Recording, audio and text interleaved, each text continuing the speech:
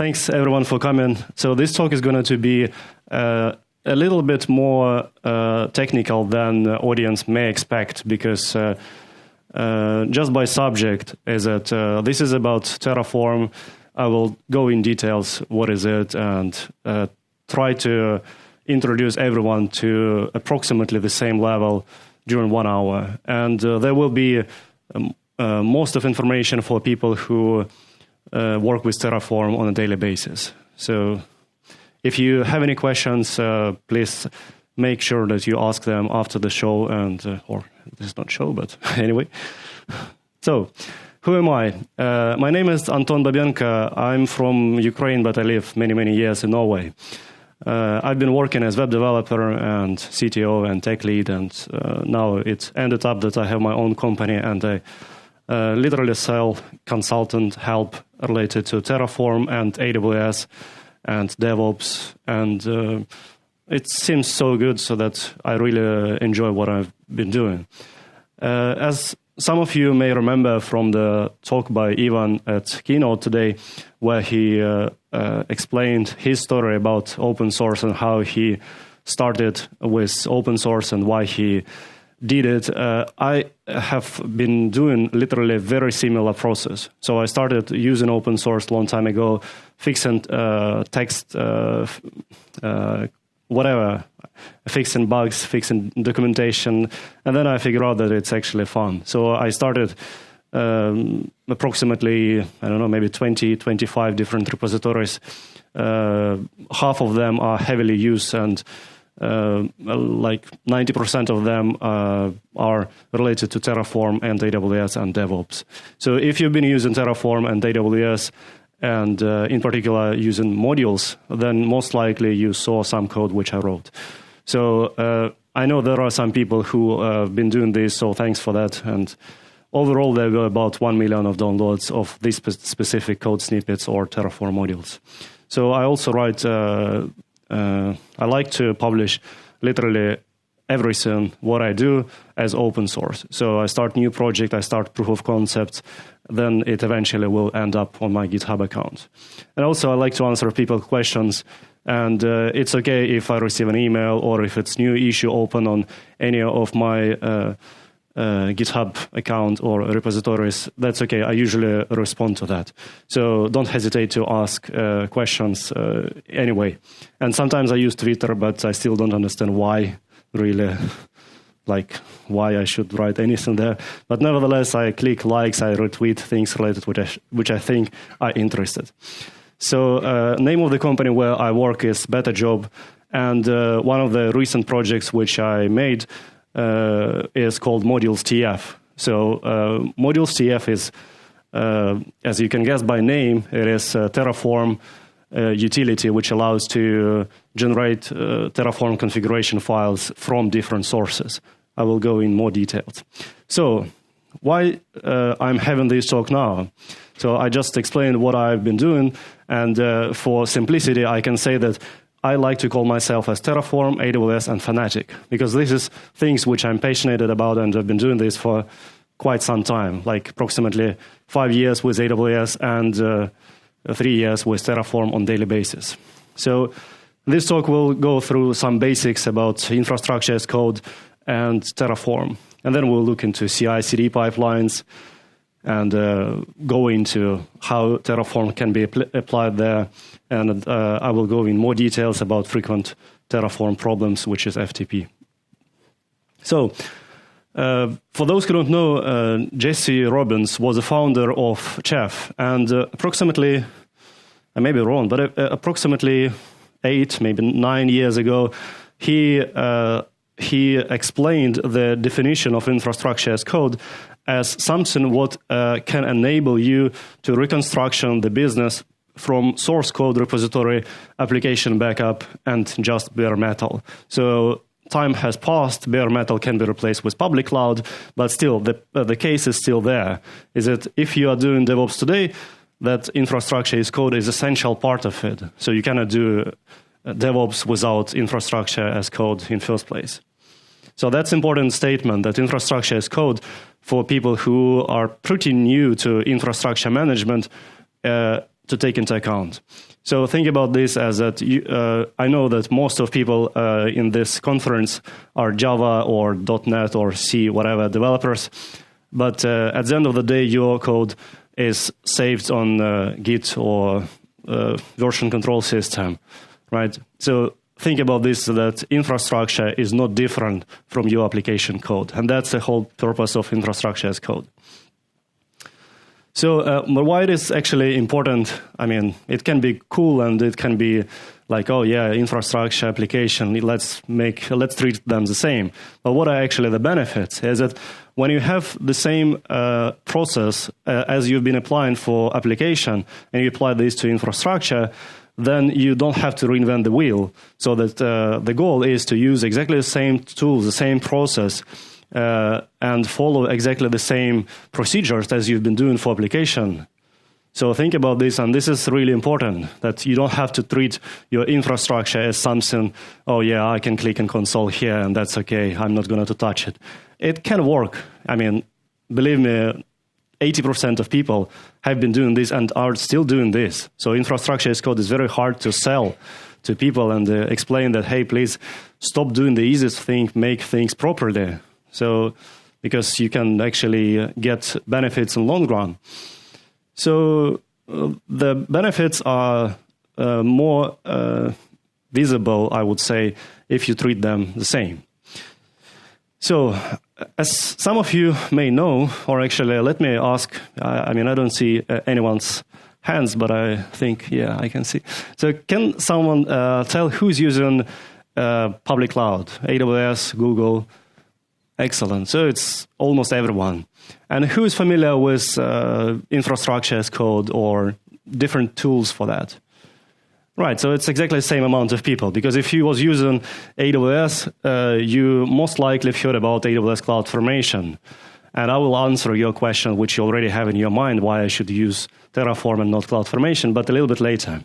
So on this diagram, I show multi-tier infrastructure for, let's say, traditional application. It has some load balancers, it has different autoscaling group, it has relational database service, and this is what we've been talking about infrastructure. So we have these components created somehow. So the key word here is somehow. Most likely you used to click in console. Fine. If you a little bit more advanced, you scripted this using CloudFormation. Fine. There are many, many different ways to do this. If you're using Google Cloud, there are Google Deployment Manager, or in Azure, Azure Resource Manager, which are similar things. So in this talk, I'm going to talk about a tool which is called Terraform. Terraform is an open source product written in Go and maintained by the company called HashiCorp. By the way, I'm not working for HashiCorp. I'm just a big fan of that. So there are lots of stickers for this company. You can take them and, spread the love around, which is, I think it's a cool product. So HashiCorp has been known for tools like Vagrant, which allows to bring development environment, or for Packer tool, which allows to create machine images from fewer templates. And Terraform is a tool which allows us to write, plan, and update infrastructure as code. So Terraform is literally the tool which was designed just for infrastructure. You cannot think about Terraform as something what can do infrastructure and something else. While you can still do this, it's not the best practice to do this. So think about this just as an infrastructure management tool. Okay, so in a nutshell, infrastructure as code looks something like this, where you have file with extension .tf, and you declare what kind of variables you want to use, and you specify in what region you want to create resources, and what kind of resources you want to make, and what kind of output you want to get. So this specific code will create S3 bucket in EU, Ireland region, and will output this bucket ID. So in order to execute Terraform, you have to run Terraform init, which will download dependencies like AWS provider of specified version. And then you can use Terraform commands like Terraform Apply. So what Terraform Apply will do will generate execution plan based on all of your Terraform files and tell you what exactly it's going to change or what's exactly is going to be updated or created. So in this case, you can see that it's going to create S3 bucket, and it will have random name, which in this case is outputted at the very end in my bucket csnail. So the name was csnail. Isn't it cool? So second or third concept, which is related to the talk, is CI/CD pipelines. CI and CD is short form for continuous integration, continuous delivery, or continuous deployment pipeline. There are a lot of discussions about what is CD. Is it actually deployment or something else? But the whole idea is that CI/CD pipeline should give you an idea when bottleneck appears, so that you can get faster loop and fix things faster, literally when they occur. So that's an important idea for CI/CD pipeline. So typically, it looks something like this. Most of you are familiar with this. So developers commit code, then CI pipeline is executed, where this code is being built, unit tested, or integration tested, run. And then this code is manually reviewed and approved by human or by something else. And then it's deployed to staging or to production. So typical pipeline consists of some of these steps. So when we think about getting started with Terraform, in reality, it's very easy. I mean, you read some documentation, you write some TF files, as I've just showed a couple slides ago. You run Terraform Apply, everything is fine. You think you're cool, but eventually you're cool only 60% of the time because there will be some troubles. So let's go in details. So after you create something, you see that you wrote a lot of Terraform code, and now it's time to actually group it somehow or reuse. Maybe there are solutions for this code. Maybe I'm not the one person who actually need VPC, or maybe there are people who used to create security groups before. So yes, there were hundreds or thousands of people who created VPC before. And reusable components like this are called Terraform modules. So there is registry Terraform IO, which is collection of publicly available Terraform modules, and there are more than 300 of them right now. I maintain a verified collection of modules which are responsible for creating most common AWS resources like VPC, security groups, and so on. So another feature, when you continue reading documentation and you think that, oh yeah, I want to actually create it for several environments, and then you read about Terraform Workspace, go scroll further and don't use this feature. This is one of the feature which was misused by many people because, yeah, they shoot themselves in the foot very often and they think Terraform is bad. No, Terraform is not bad, you just don't have to use this feature.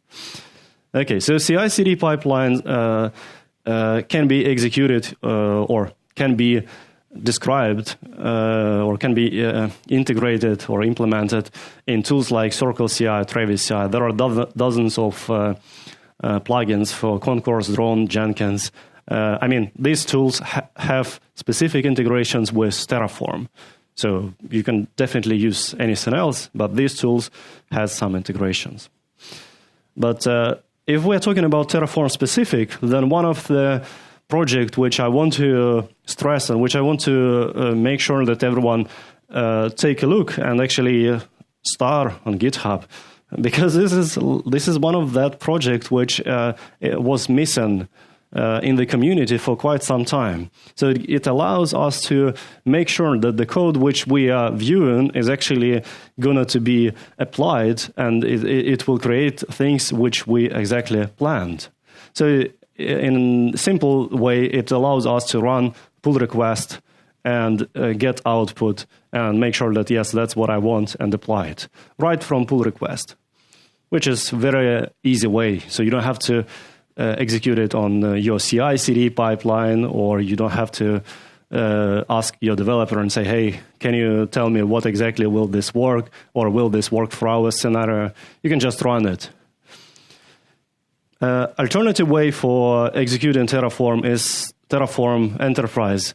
This is a great solution for people with money. I never met anyone who can allow enterprise pricing. But it has some good features, and if you are a big bank, you're welcome. Scroll. So right now we saw some Terraform code, we saw some CI/CD pipeline, or some CI/CD options, how to actually run Terraform. So when we are running Terraform in CI/CD, like step number 0 is that you always have to use remote state only, which means that you have central place where information about created resource is stored. It means that it will not store in your developer's machine or in this specific container. It's centrally, it's in S3 most likely. So, and if you run Terraform in automated way, then you have to think about error handling. And as Terraform being a pretty new project, still one of the most frequent solution is to just rerun it several times and see if it works. Another idea is to reduce number of parallel threads, how Terraform will execute. So, for example, it currently uses 6 threads to connect to AWS provider. If there are some concurrency on AWS side, then you can use parallelism equal 1. So Terraform dependencies is also tricky, because if you run this from different machines, let's say you run it on Windows and you run it on Linux, or you run it on Mac, then there will be different paths. So you have to just remember where this is executed. And that's exactly where the benefit is to run it in fewer places. So like Atlantis or in other CI tool. So also by getting fewer dependencies for your production code seems to be pretty vital. For many companies, they think that this module is open source and I cannot rely on it, so I have to fork it. I mean, good luck. You can fork it, you can maintain your own copy, you can try to get new features into your fork if you want. So this is still applicable. But in majority of cases, people rely on GitHub being up. So also a tricky part is private repositories, that once you forked private repositories, then owner of this private repository can delete and your fork will be gone. So that's kind of a surprise for many people. So secrets is obviously a part of CI/CD process, because you cannot store them inside your configuration. So you have to most likely use some sort of environment variables, but still take into account that it will be still persisted in state file, which is acceptable for most of situations, I would say. If it is not acceptable, or you still want to be a good citizen, you can use AWS or provider-specific configurations, like use IAM login profile or IAM access key, which you can combine with Keybase and use PGP encryption. So one of the thing is that if you use this resource and you think that Terraform will generate you a random password of 10 characters, and this will be so random that nobody will see it, even people who have access to my CI/CD pipeline output or whatever, no, they actually can see that your password is JQ dash minus or whatever. So you can see this here. It can be probably very bad idea if you keep your state secure, but you still allow, let's say, everyone in the company or everyone in public repositories to see output from your terminal. So not terminal, from execution of this command. So, and quite obvious is that just, don't store passwords in Terraform, but store them outside of Terraform. So one of example with passwords is that you set dummy password in RDS, for example, which is relational database service, and you just change it after resource was created. This is like the most recommended approach. But another thing is access control, which is very important subject, because when more than one developer is working on infrastructure, the easiest thing is to just grant access to everyone and say, hey guys, just be careful, don't destroy us. But in practice, it is even better to do it just by granting permissions which are required to perform just this task. This is absolutely common sense, nothing new here. In terms of Terraform, it means that in order to perform Terraform init or Terraform refresh or validate or plan operations, it's enough to have just readme IAM role. So, and systems or developers who should not be able to destroy things, they can assume just read-only role, which is fine for them. But if you are going to apply infrastructure changes or do some destroy, then it's a good idea to actually provide you MFA token and assume role, which is allowed to do destructive operations. So you have to have two roles and with different permissions. So secure delivery pipeline is not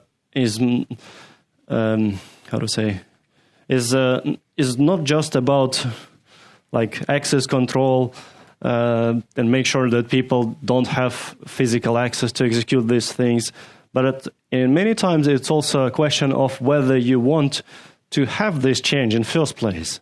Like, even if you have admin rights, you still may be a cowboy and do crazy things, right? You have to have some sort of restriction systems. With GitHub recent release of checks, it may be possible to prevent you from doing something using a GitHub API. But Capital One has an open source project which is pull request approval system, which is something similar to GitHub checks. Still worth considering if you have some hard requirements for who can review this pull request and how many approvals should be there, but not more than disapprovals and so on. So something like Geralt. And it's heavily dependent on how you actually structure your code. So the next thing which I want to talk about is how to structure code and a few Terraform design patterns which I observe and I kind of group them. I think it's kind of logical thing which took me a few years to figure out. So first of all, there are resource modules. And think about them as a smallest thing. They don't care about anything else. They're just small. When you group them, then this is infrastructure modules. And when you group infrastructure module, then it's composition. So the purpose of resource modules is just create resources. They have no clue about other dependencies, nothing. They're very flexible. You can version them, and you can just create usually one or maybe two resources which are tightly connected just to themselves, nothing else, no external dependencies. While infrastructure modules usually are efficient when you have to create company-wide standards, for example, to name things, to tag things. And this is exactly the place where you have to fulfill missing features of Terraform, which unfortunately, I would say, is still pain. It's still very big pain for a lot of situations. So you have to use either JSONnet, cookie cutter, KSONet, whatever else. So make file, anything. So whatever you can do is still relevant. And Terraform is not in a condition where you can simply create whatever you want. Or you want to make dynamic dependencies, no problem. Unfortunately, it is a problem. So that's a limitation of HCL, which will be replaced by HCL2, and work is coming along. So when it will be finished, most likely some of these hacks will not be applicable. But nevertheless, it is a big problem right now. And using versioning of all of these modules is important because you don't want to have surprises by using master branch on any of these repositories. So you have to explicitly specify which tag of which version you want to use. And as said earlier, composition is a design pattern where you specify what what infrastructure or resource modules you want to combine. So think about composition as something what is restricted just by very global things like environment, like region, like AWS account. So that this is like the highest thing which can be applied to your infrastructure with these boundaries. This is pretty important to understand, and don't try to make shortcuts and but it's just for this case, I want to include this resource from totally different region. It will be harder for you to maintain in long run. So in TerraGrant, for those who don't know, is tool which was initially created to fulfill missing features of Terraform like DynamoDB blocking and state execution locking, so that not more than one execution of Terraform can happen simultaneously. Now it is part of Terraform, but still TerraGrant provide an option to orchestrate, to execute your composition. By specifying that, hey, I want to do changes, or I want to make sure that my infrastructure in this specific region is what I described. And it should go and follow all dependencies like as you specified, and make sure that this has to be executed first, and then that values from here should pass here, and so on. So I encourage to take a look on this one because it's really cool. So basic pipeline, for those who has been doing this in application, is very, very similar. So I just read through this one, but if you've been doing this before with application, replace word application with infrastructure. So you start working on a new feature. So you make a branch, you commit some code into it, you push this feature, and you open pull request. Then some magic happens, like something is executed or human reviewed this code, and eventually, after some time, pull request is approved, and new feature branch is merged into master branch. So master branch is most likely protected branch, so that not everyone should be able to do cowboy style and just push code there. So that's like traditional thing. And at the end, you take master branch as a source of truth and actually run Terraform Apply, because that's exactly what I just verified, what I want to have, and so why not have it? So this is how basic pipeline looks.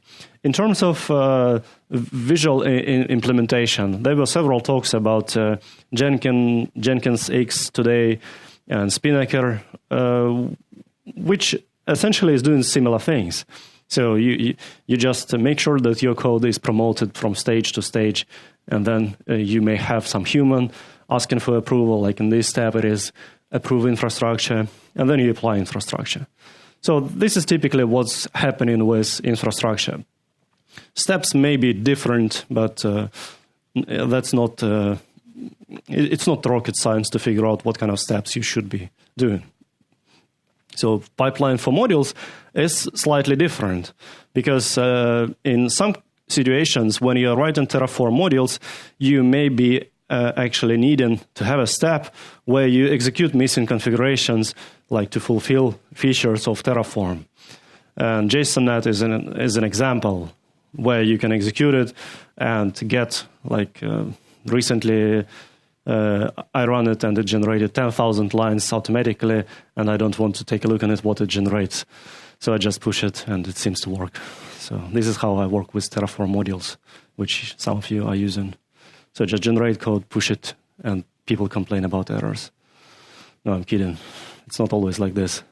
Sometimes I discover errors as well. But there are also automated tooling to execute infrastructure tests, like Kitchen Terraform was pretty popular, and it allows to describe what kind of tests you want to do, what kind of output you want to make sure you get, and so on. And TerraTest is very new. TerraTest is a new approach for that. It's it's collection of Go programs or Go library. It's Go library, which allows you to execute certain tasks on your Terraform and Packer configurations.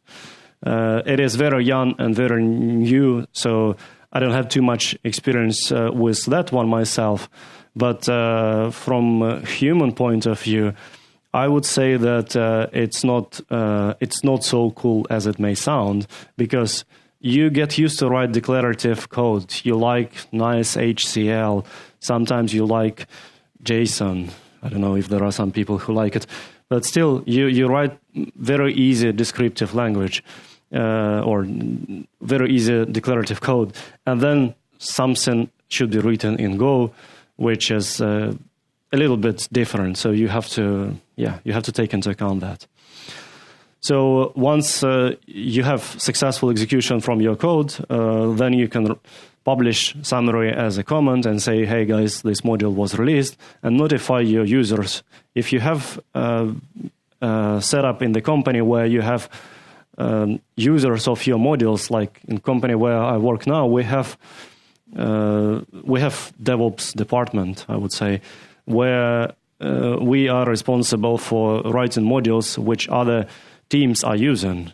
So using tools like GitHub Release Notifier is a good idea for them to make sure that, hey guys, we just released this new feature and this feature is company-wide accepted, so please check out this code.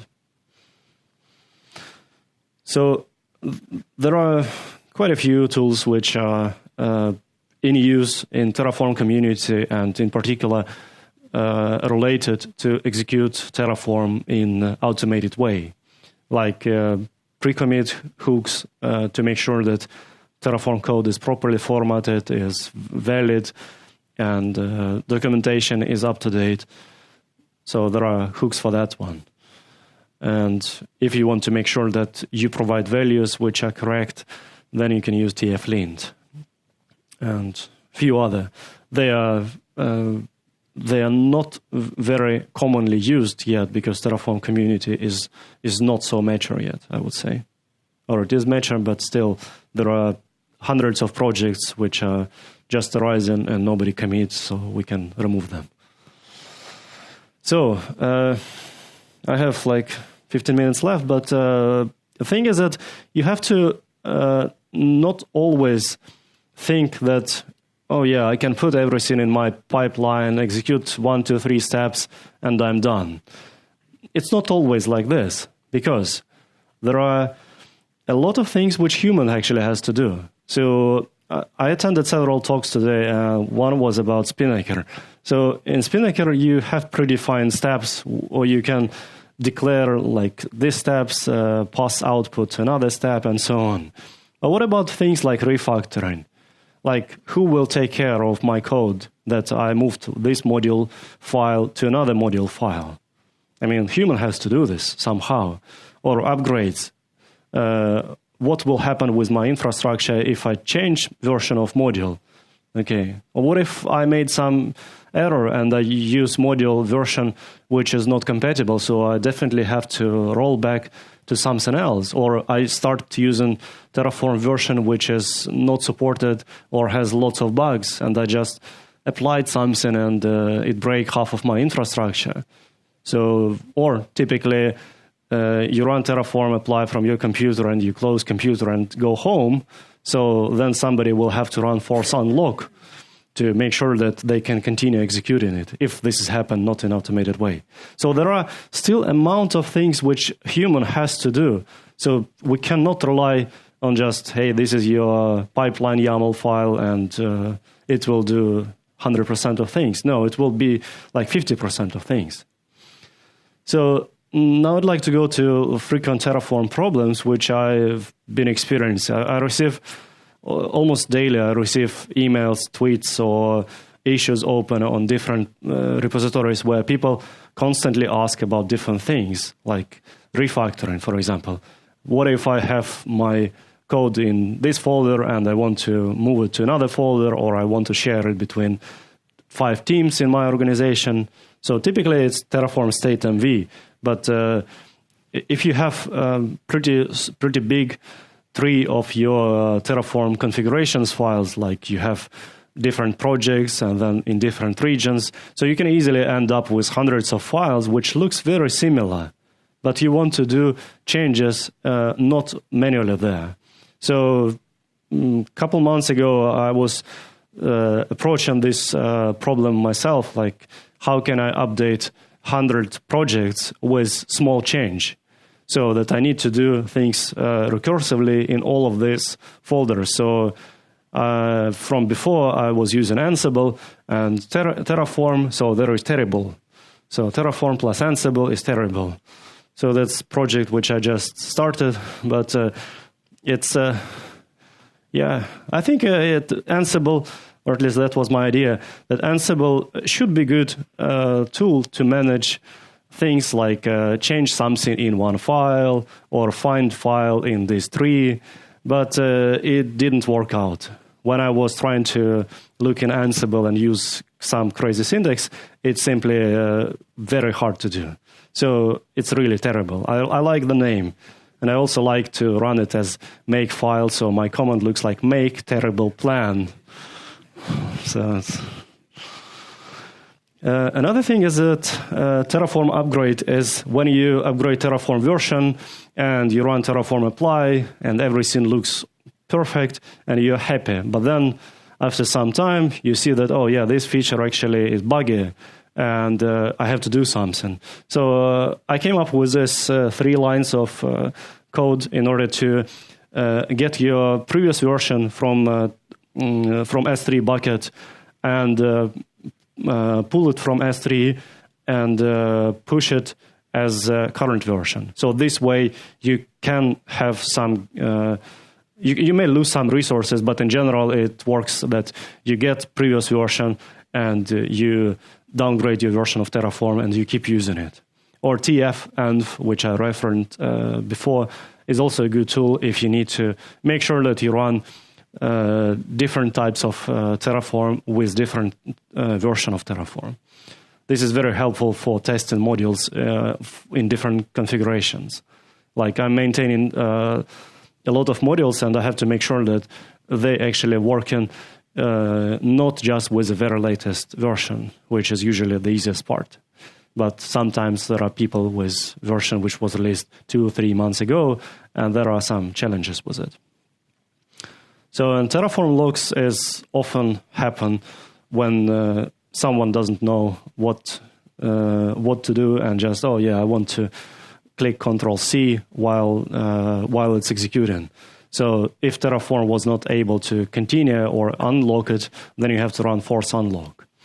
And Atlantis is, as I mentioned previously, is a tool which simplifies this. So it can keep execution of Terraform to fewer instances. So you can say that only one pull request should be executed or should be verified. Last week I made open source module to run Atlantis on Fargate. So Fargate, for those who don't know, is managed Elastic Container Service by AWS. And I made this module in order to get your own copy of Atlantis for yourself, and you can have it up and running literally with one click. As often with most of Terraform AWS modules, you just you don't have to provide too many configurations. There are documentation, examples, tests, and so on. So I have some demo, and I have some time. So what I want to demo is this, can you see it? Yeah. Right. So I have published this on GitHub. So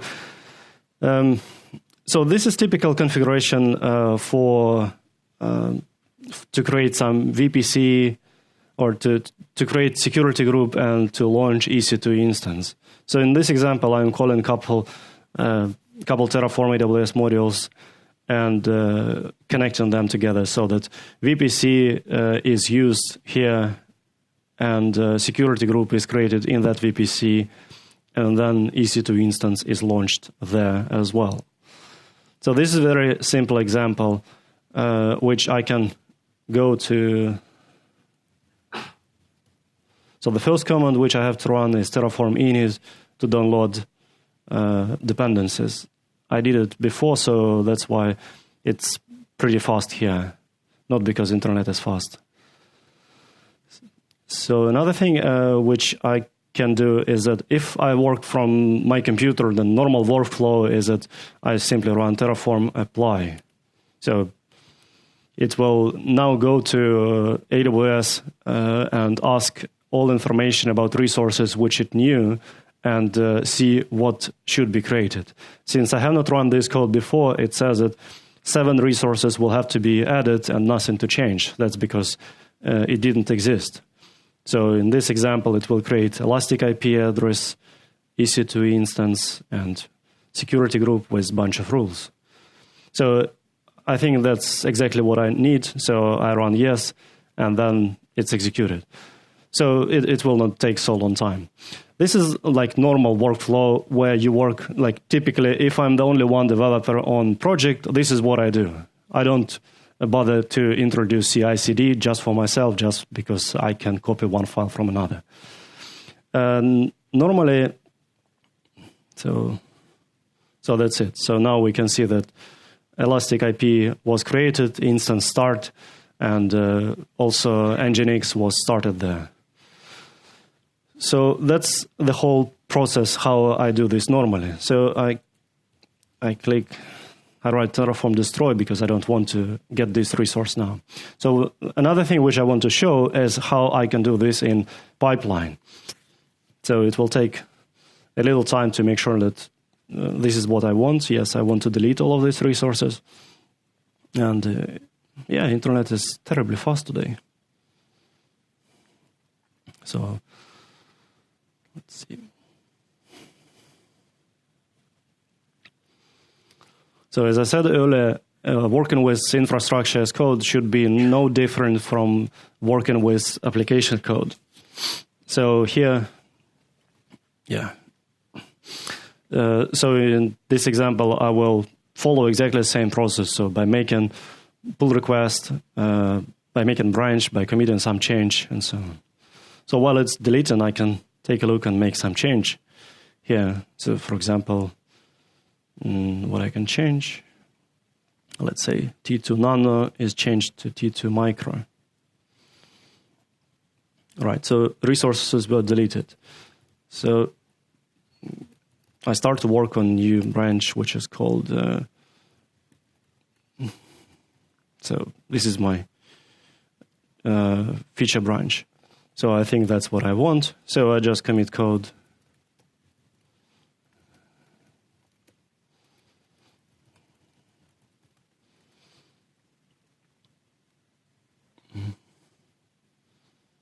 So I have also configured to make sure that code which I commit is paused, so and that we never have to discuss spaces and tabs or can you move this bracket here.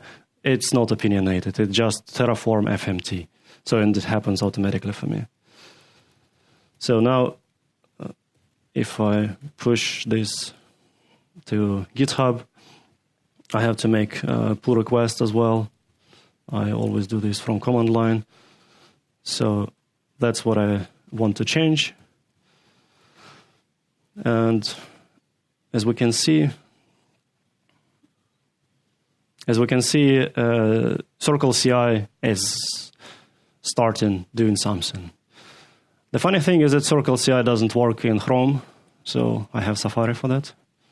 It's very, very strange. It doesn't work only for my account because I have probably, I don't know, too many repositories or too many builds. I don't know, but I discovered it quite recently. Support couldn't help me. That's funny. So, and as always, something failed. We can see what is failing. I know what is it. So this is a problem which happens with Terraform when you are using something, when you're using a newer version of Terraform. So I locally use newer version of Terraform than the one which is used by CI. The best solution which I have to that is to actually use Docker with exactly the same version or exactly the same image as you use on all of your developers' machine, on your machine, on CI. Then you can make sure that your Terraform version is the same. In this case, it's different because locally I have newer than the one which I install on Circle CI. So let's see. So that's why validate infrastructure failed. If I look into I made exactly the same change with proper version. So the normal steps is that it executes the same commands as before, init, plan, and validate. So plan shows me something. The thing is that with such system, I have to click somewhere to see this plan to make sure that, oh yeah, that's exactly what I want, so let's apply that one. That's not like recommended approach, I would say. This is like old-fashioned, but still cool. So better approach is, since I'm doing this in a public repository, I deliberately remove permissions. So you can write Atlantis plan. And what Atlantis is connected to this repository. So what Atlantis will be doing now is that there is a webhook connected to this repository, which is listening for commands to Atlantis. And when it sees that someone writes Atlantis plan, it takes code from this pull request and execute your set of commands which you want. As I said, I removed permissions for this, so that's why it's the error to access S3. Because I'm doing this in public repository and I don't want anyone to write Atlantis apply, and I have to pay for that. As you understand, there are many security issues which you have to take into account. They are all listed on Atlantis documentation and in Atlantis module, but the thing is that it works quite well if you have isolated environments or you have protected as much as possible. Because one of security issues here is that if someone would not make this specific change, but would start EMR cluster of huge instances, and he can type Atlantis apply, and I have to pay for that. So that's not exactly what I want. But it works quite nicely for small set of changes and with proper configure ACL. So this is like really new. It's not something what you can easily find in documentation or copy-paste some solution. So this is, I would say, bleeding edge with working with Atlantis. So it's there, but it's constantly evolving and constantly ask for new features and new contributions. So, but Atlantis plan at the end of the day, with proper configured security model, would output exactly this code, exactly this type of output. So then we can see and we can discuss with humans who created this that yes, that's what I want. And then the next command which we can write is Atlantis apply, and we should get this code applied. In particular, this is possible to configure so that code is applied once pull request is merged. But again, it will fail because plan was not executed and human has to approve plan first. So it's pretty easy to work on this with private repositories where you know that not many hackers will try to run crazy code for you.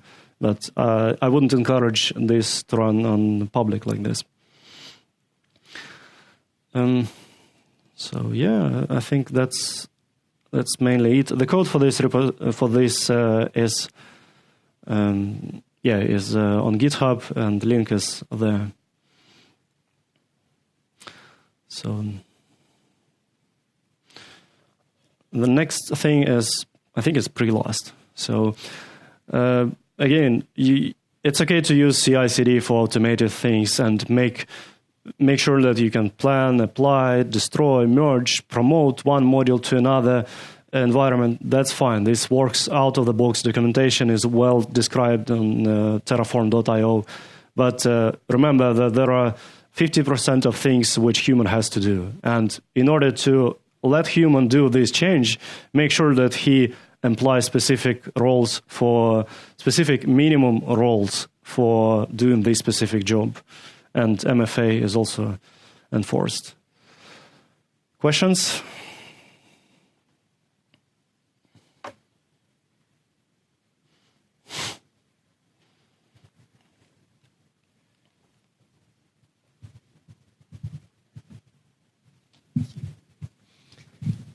Yeah, so why would I be using Terraform instead of straight CloudFormation?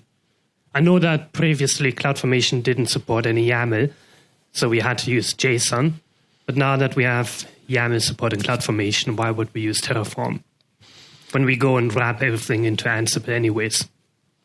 Yeah, thanks for asking. I kind of forgot to answer this question during the presentation. But yeah, so the thing is that, to my opinion, CloudFormation was not created with reusability in mind. So fine, you can write JSON, you can write YAML, you can copy files, but there are no concepts like natively built in on things like modules. For example, you can make Terraform module, copy-paste this, accept a bunch of parameters, see what's going to be changed. In CloudFormation, it is possible to some degree, but there is no central way of, there is no central repository where you can get information about solutions or information about modules.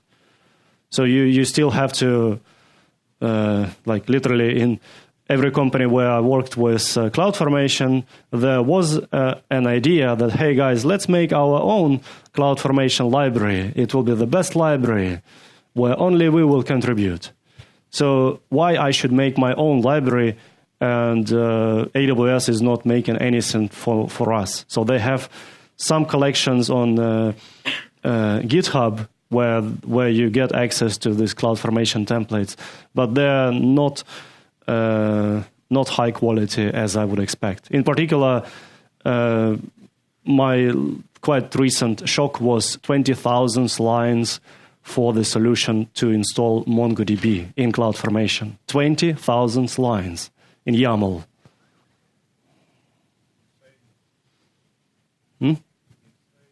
Exactly. He said insane.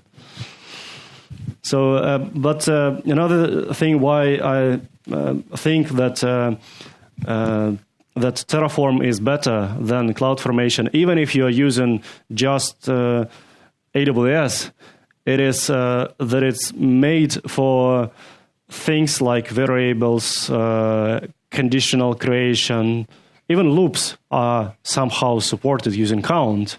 In why there are 20,000 lines to create MongoDB is because all permutation of number of replica set and whatever else should be taken into account. So if user specify one replica set and two subnets, for example, then this bunch of code. If user specify two replica set and three subnets, then another bunch of code. So that's why the code duplication was insane in CloudFormation in particular. Yeah,